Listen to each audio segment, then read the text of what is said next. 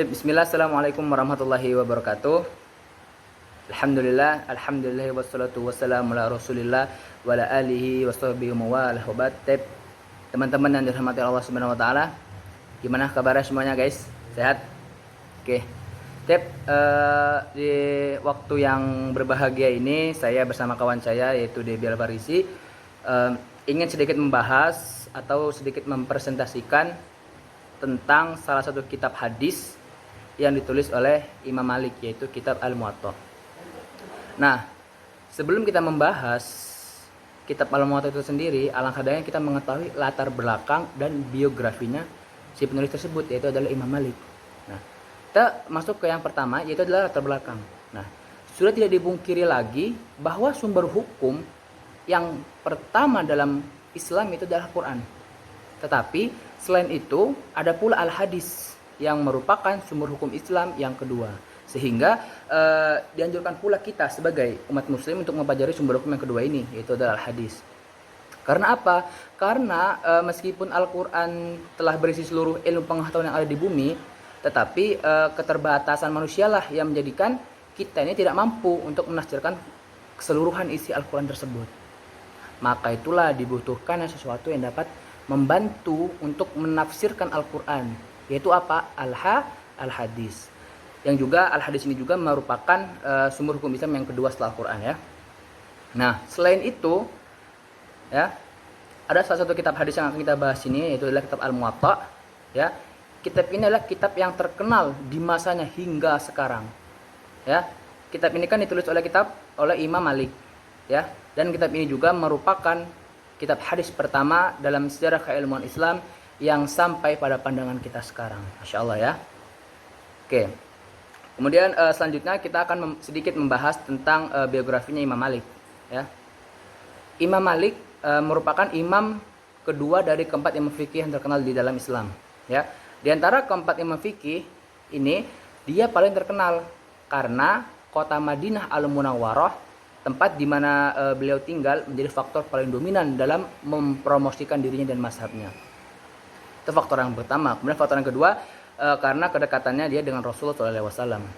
Nah, kemudian nama lengkapnya Imam Malik sendiri yaitu adalah Abu Abdullah Malik ibnu Anas ibnu Malik ibnu Abi Amir ibnu Amr ibnu Al-Haris ibnu Ghaiman ibnu Husail ibnu Amr ibnu Al-Haris Al-Ashabani Al-Madani.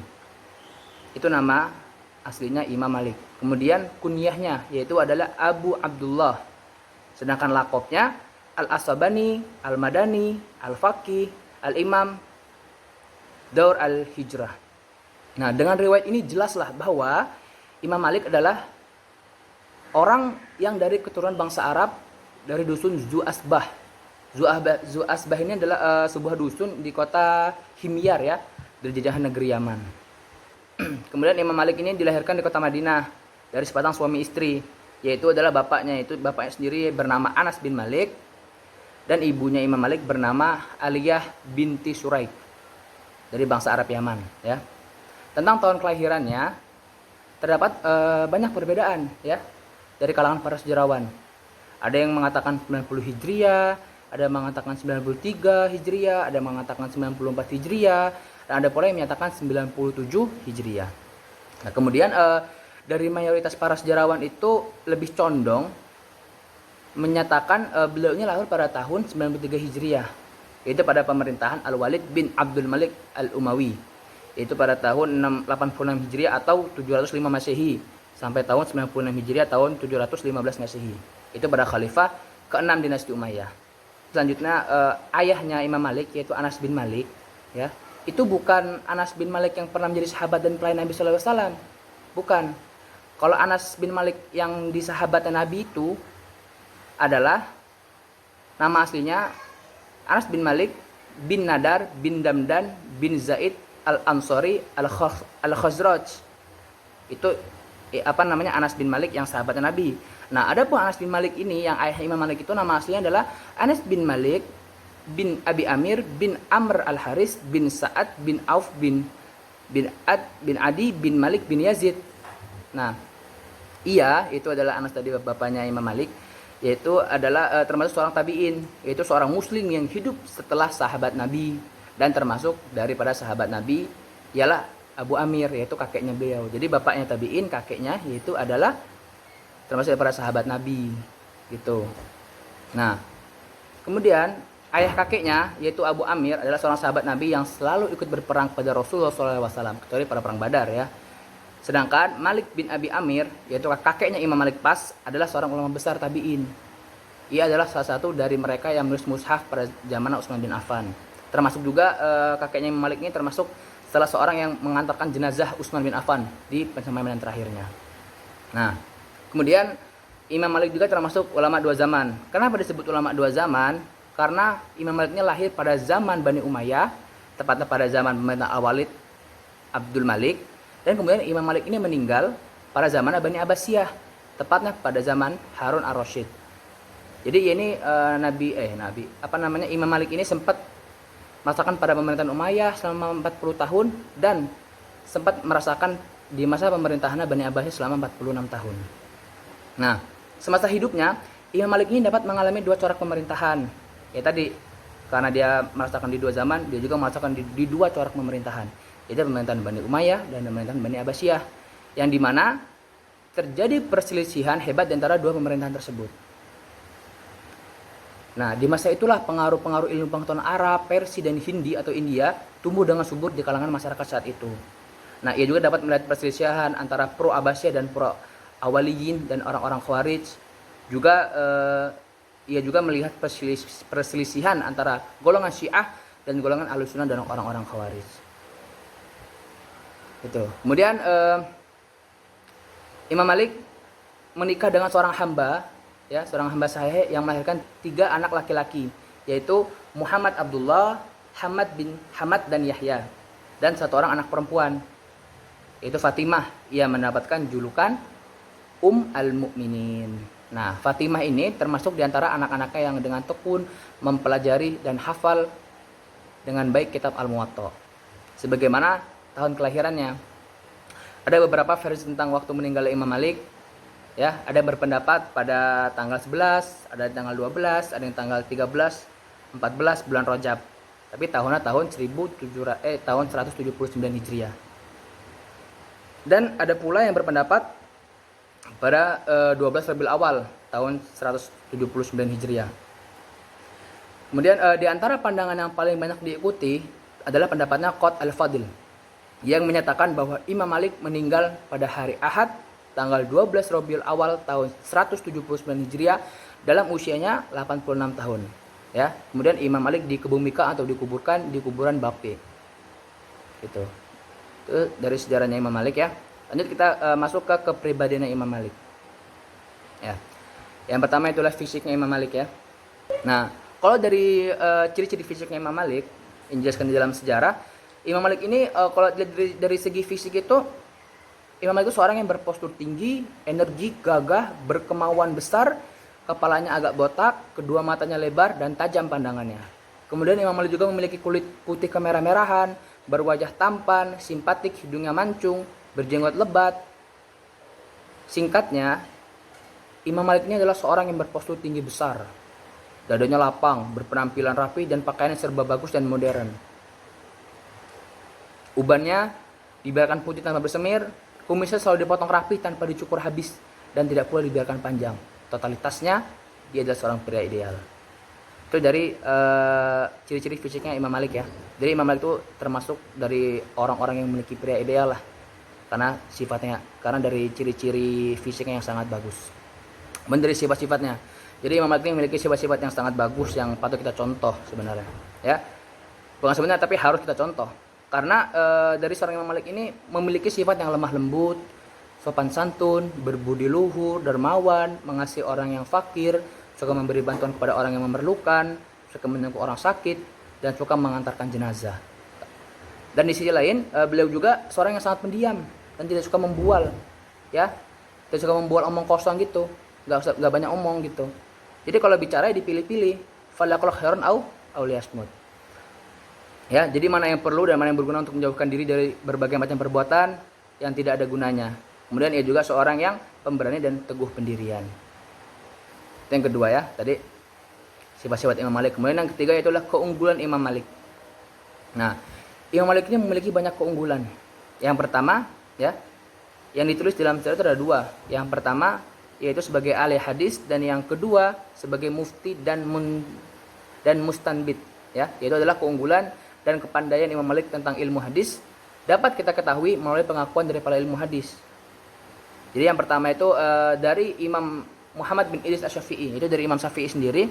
Beliau pernah berkata, apabila datang hadis kepadamu dari Malik, maka berpegang teguhlah olehmu dengan kedua tanganmu, karena ia menjadi alasan bagimu. Itu dari Imam Syafi'i yang ngomong langsung, ya. Kemudian Imam Syafi'i juga pernah berkata lagi, apabila disebut ulama hadis, maka Imam Malik lah bintangnya, dan tidak seorang pun yang lebih aku percayai tentang hadis selain daripada Imam Malik itu sendiri. Dan masih banyak pengakuan-pengakuan dari ulama-ulama lainnya dari teman-teman sini, nanti bisa dibaca-baca lagi dalam makalahnya. Kemudian selanjutnya yaitu kita membahas tentang guru dan murid-muridnya Imam Malik. Oke. Yang pertama adalah guru-gurunya. Ya, Imam Malik ini sebenarnya ada banyak sekali guru-gurunya Imam Malik. Ya, ada yang mengatakan pernah belajar kepada 700 guru, ada yang mengatakan sampai 900 guru, ya. Dan 300 diantaranya itu dari golongan tabi'in, dan yang lainnya dari kalangan tabi'in menurut Amin Al-Kulli. Nah, kemudian di antara guru-guru Imam Malik yang terkenal adalah, yang pertama adalah Rabi'ah Ar-Ra'i bin Abi Abdurrahman Furuh Al-Madani. Nah, Rabi'ah ini adalah guru Imam Malik pada waktu kecil, ya. Imam Malik ini banyak belajar tentang ilmu akhlak, ilmu fikih, ilmu hadis padanya. Ada 12 riwayat hadis yang diriwayatkan oleh Imam Malik dari Rabi'ah Ar-Ra'i ini, dengan perincian 5 musnad dan 1 mursal. Kemudian ada lagi gurunya yaitu bernama Ibnu Hurmus Abu Bakar bin Yazid. Kemudian ada Ibnu Ziyad Az-Zuhri, ada Nafi bin Surajis, Abdullah Al-Jailani, dan masih banyak yang lainnya. Nah, itu dari guru-gurunya. Kemudian lanjut ke murid-muridnya Imam Malik. Nah, untuk murid-muridnya Imam Malik sendiri telah diklasifikasikan dalam 3 kelompok. Yang pertama dari kalangan tabi'in, yang kedua dari kalangan tabi'in, dan yang ketiga dari kalangan bukan tabi'in. Nah, untuk dari kalangan tabi'in sendiri ada beberapa nama yang tersebut dalam sejarah. Itu adalah Sufyan Ats-Tsauri, ada Lais bin Sa'id, ada Hamad bin Zaid, Sufyan bin Unayyah, Abu Hanifah, Abu Yusuf, Syarih bin Lahi'ah, dan Ismail bin Khatir. Kemudian dari kalangan tabi'in ada Az-Zuhri, ada Ayub Asy-Syakhtiani, ada Abdul Aswad, ada Rabi'ah bin Abdurrahman, dan masih banyak yang lainnya. Kemudian dari kalangan bukan tabi'in, nama-namanya yaitu adalah Abu Nuaim, ya, ada Nafi ibnu Abi Nuaim, ada Muhammad ibnu Aljan, Salim ibnu Abi Umayyah, Abu Al-Nadri, dan masih banyak yang lainnya. Selanjutnya kita membahas tentang perjalanan hidupnya Imam Malik, ya. Kehidupan Imam Malik ketika masih kecil itu beliau dalam keadaan miskin. Karena apa? Karena selalu menderita kekurangan dan segala dalam hal kekurangan. Akan tetapi dari kekurangan itu Imam Malik tidak putus asa. Beliau akan tetap sebagai seorang yang berbudi luhur. Ia tidak pernah merasa kekurangan lantaran karena kebesaran hatinya dan kepercayaan yang penuh pada Allah Subhanahu wa taala, bahwa dialah yang pasti mencukupi segala sesuatu yang dia inginkan. Jadi walaupun Imam Malik dalam keadaan susah, ia tetap semangat dalam belajar karena yakin bahwa Allah Subhanahu wa taala Maha mencukupi dari segala sesuatu apa yang diinginkannya. Imam Malik sendiri tidak pernah membicarakan politik dan kekuasaan kecuali dalam ruang lingkup ajaran syariat Islam. Dan karena sikapnya itu, ia mendapatkan berbagai macam penganiayaan, ya, sebagaimana yang dialami oleh Abu Hanifah, ya. Tapi bedanya kalau Abu Hanifah itu mendapatkan 2 kali penganiayaan, tapi kalau Imam Malik cuma sekali penganiayaan. Yaitu dibawa dan diseret ke hadapan Ja'far bin Sulaiman. Ja'far bin Sulaiman ini adalah gubernur Madinah pada saat itu. Ia merupakan paman dari Abu Ja'far Al-Mansur, penguasa Daulah Abbasiyah. Kenapa sampai Imam Malik itu disiksa? Penyebabnya itu apa? Yaitu karena disebabkan karena ia berfatwa mengikuti hadis Rasulullah SAW, yaitu laisa ala mustakhirin talaqun. Artinya tidak sah talak orang yang dipaksa. Nah, para pendusta kemudian melaporkan kepada Ja'far, ya, si gubernur Madinah tadi itu mendapatkan laporan dari para pendusta itu bahwa apa? Bahwa Imam Malik telah berfatwa sumpah orang yang dipaksa tidak sah. Nah, dengan demikian paksaan Ja'far terhadap manusia untuk membaiatnya berlawanan dengan fatwa Imam Malik. Jadi seperti itu ceritanya, teman-teman. Kemudian yang kedua, identitas buku yang tercetak, ya. Jadi buku Al-Muwatta itu diterbitkan oleh, yang saya bahas di sini yaitu kitab Al-Muwatta Imam Malik, diterbitkan oleh Darul Gharib Al-Islami pada tahun 1997. Kemudian jumlah halamannya, karena Al-Muwatta terdiri dari 2 jilid. Jilid pertama terdiri dari 600 halaman, 664 halaman. Kemudian jilid kedua terdiri dari 720 halaman. Kemudian yang saya bahas ini adalah cetakan-cetakan yang kedua. Nah, kita lanjut ke bab yang ketiga, yaitu latar belakang penulisan kitab Al-Muwatta.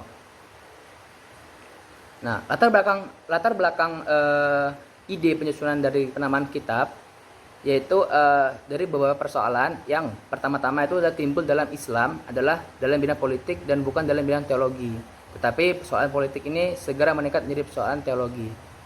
Sementara di versi lain, di samping terinisiatif oleh usulan Khalifah Ja'far Al-Mansur, sebenarnya Imam Malik juga memiliki keinginan kuat untuk menyusun kitab yang dapat memudahkan umat Islam memahami agama. Ya. Kemudian tentang penamaan kitab Al-Muwatta adalah orisinil berasal dari Imam Malik sendiri. Hanya saja tentang mengapa kitab tersebut dinamakan Al-Muwatta, ada beberapa pendapat yang muncul. Pertama, sebelum kitab ini disebarluaskan kepada umat, Imam Malik terlebih dahulu menyodorkan karyanya di hadapan 70 orang para ulama fikih Madinah, dan mereka menyepakatinya. Kemudian yang kedua, itu menurut sebagian ulama bahwa kitab ini oleh Imam Malik diberi judul Al-Muwatta karena dalam penulisannya dia berprinsip pada jalan tengah di antara dua hal, yaitu menjauhi sikap yang terlalu ekstrim dan memberatkan orang dalam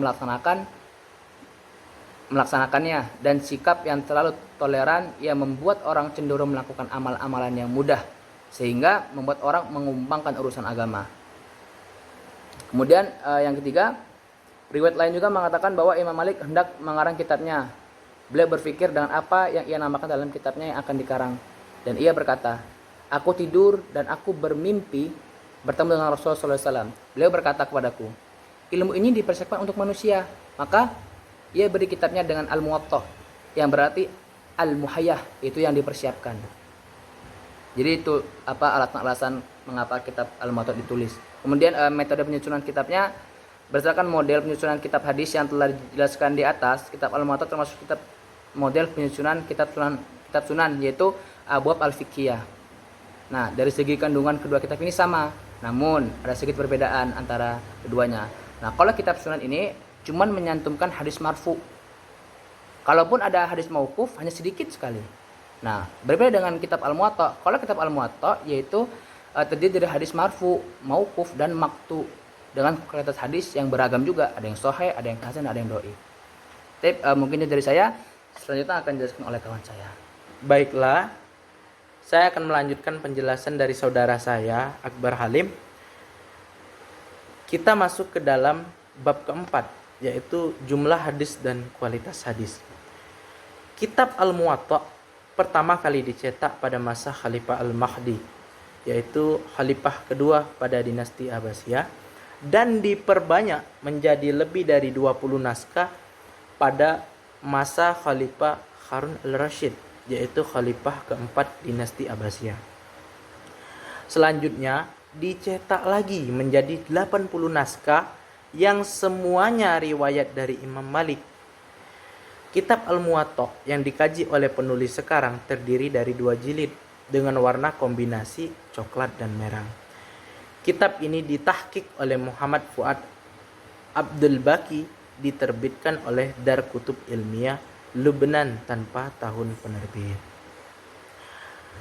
Perlu kita ulang, di mana tadi disebutkan yaitu pada dinasti Abbasiyah. Pada dinasti Abbasiyah inilah masa keemasan Islam itu lagi puncak-puncaknya. Pada saat Khalifah Harun al-Rashid menjabat sebagai khalifah di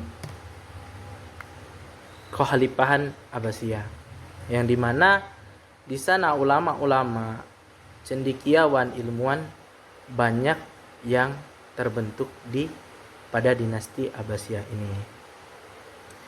Baiklah, kita akan masuk ke sistematika penulisan dalam kitab ini di bab ke-5. Kitab Al-Muwatta adalah kitab hadis yang bersistematika fikih sebagaimana yang telah ditahqiq oleh Muhammad Fuad Abdul Baqi pada awal pembahasan, yaitu jilid 1. Sebelum masuk ke pokok pembahasan, terlebih dahulu dipaparkan tentang pendapat ahli hadis tentang Al-Muwatta seperti Syafi'i, Ahmad bin Hanbal, dan Al-Bukhari. Mengenai sanad terdapat dalam Al-Muwatta, Al-Bukhari mengatakan sanad yang sahih dalam periwayatan hadis-hadis Al-Muwatta adalah dari Nabi Maulana Ibnu Umar. Serta berdasarkan kitab yang ditahqiq oleh Muhammad Fuad Abdul Baqi, kitab Al-Muwatta terdiri dari 2 juz, 61 kitab, 690 bab, dan 1829 hadis. Adapun perinciannya bisa dilihat nanti di dalam tabel. Kita akan bagikan makalahnya di dalam grup yang telah ada. Terdiri dari 1 sampai 61 bagian. Melihat paparan sistematika yang ditunjukkan di dalam tabel yang nanti kita bagikan, bahwa sistem yang digunakan, sistem penulisan kitab Al-Muwatta menggunakan sistematika fikih abwab al-fiqhiyah yang termasuk ke dalam sistematika kitab Sunan. Baiklah, kita selanjutnya masuk ke pemikiran inti. Nah, di sini istilah Muwatta sebenarnya merujuk pada salah satu penyusunan kitab hadis. Di antara metode penyusunan kitab hadis adalah musnad, mushannab, mustakhraj, mustadrak, muwatta, dan lain sebagainya. Muwatta sendiri adalah metode penyusunan kitab hadis yang berdasarkan bab-bab fikih. Kitab Muwatta adalah kitab hadis dan fikih sekaligus. Dari kitab ini lahirlah berbagai kajian di bidang ilmu pengetahuan, di antaranya hadis, fikih, usul fikih, kaidah fikih. Dan dalam Islam pun usul fikih banyak diambil dari kitab ini yang pada akhirnya memunculkan berbagai macam pemikiran seperti hukum Islam yang kemudian melahirkan kompilasi dalam hukum Islam yang banyak dijadikan pijakan masyarakat dan juga bagi para hakim pengadilan agama yang mengambil keputusan hukum. Kita masuk ke perbandingan dengan kitab lain dan sejenisnya. Di sini Imam Syafi'i selaku murid Imam Malik pernah mengatakan bahwa kitab yang paling sahih setelah Al-Quran pada waktu itu sebelum keluarnya atau terbitnya atau terciptanya Sahih Bukhari dan Muslim ialah kitab ini. Imam Syafi'i bahkan mengatakan ini adalah paling sahih setelah Al-Quran sebelum tadi keluarnya kitab Sahih Bukhari dan Muslim.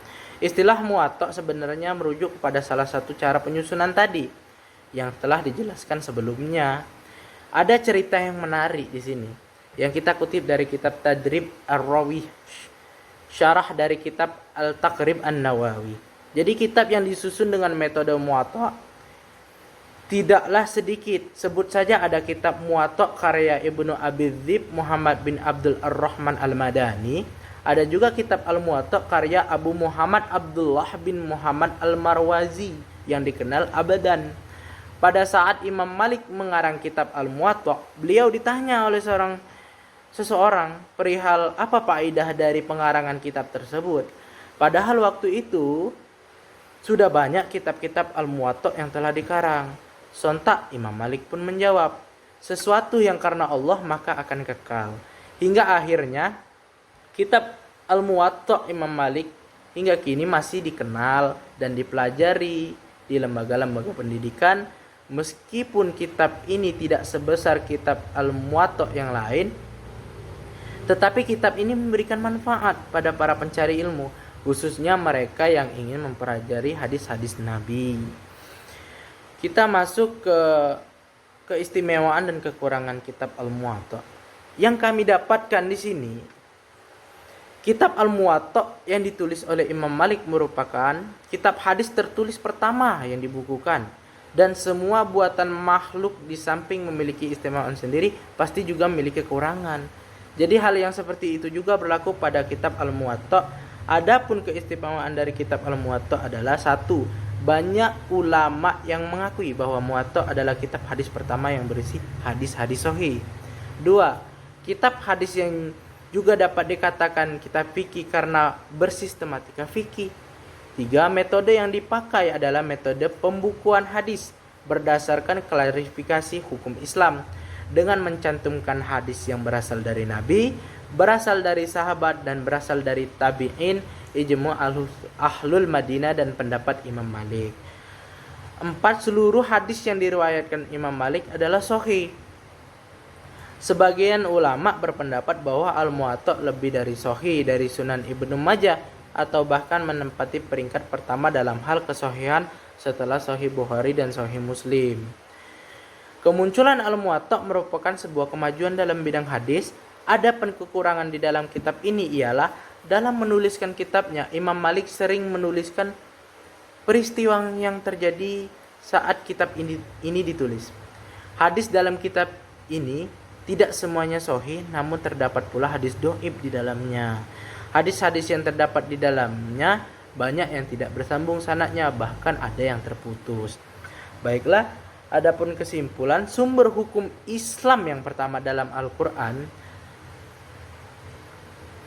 memang sumber hukum Islam yang pertama dan utama adalah Al-Quran. Akan tetapi selain itu ada pula Al-Hadis yang juga merupakan sumber hukum Islam kedua.